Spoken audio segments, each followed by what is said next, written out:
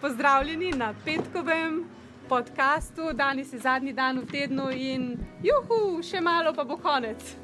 Thank you for joining us. Hvala, ker ste z nami. We've been talking all week about how to get the answer to your prayer. Ves teden smo se pogovarjali o tem, kako dobimo odgovor na naše molitve. And I'm going to give you the conclusion today. In danes vam bom dal en kratek povzetek. Love gave us the answer to prayer. Ljubezen nam je dala odgovore na naše molitve.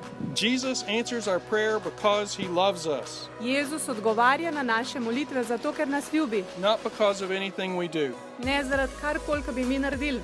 That is his grace towards us. To je njegova milost za nas. We receive grace by faith. Prejmemo milost preko vere.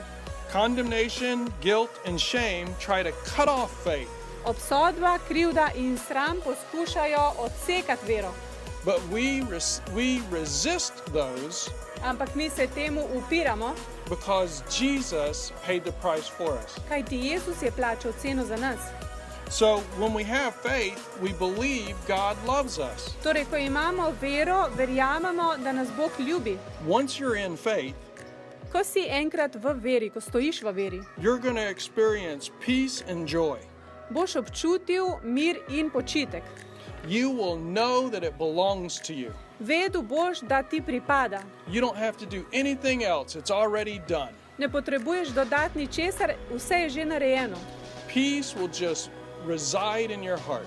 In mir in zadovoljstvo bosta bivala v tvojem srcu. And you'll become excited that you've got the answer to your prayer. In vznemirjen boš zaradi tega, ker veš, da imaš odgovorjene svoje molitve. You actually begin to relax. In pravzaprav se začneš v tem trenutku sproščati. We don't have to keep working at it. We already know that we've got the answer to our prayer. Ne potrebujemo se več truditi, da bi nekaj dobili, ker vemo, da že imamo odgovorjene odgovor na naše molitve. The answer always comes when we're at rest. In odgovor vedno pride takrat, ko mi počivamo.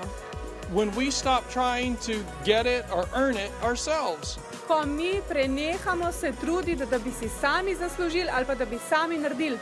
When you're at rest, you are trusting God. Ko ti počivaš, takrat zaupaš Bogu.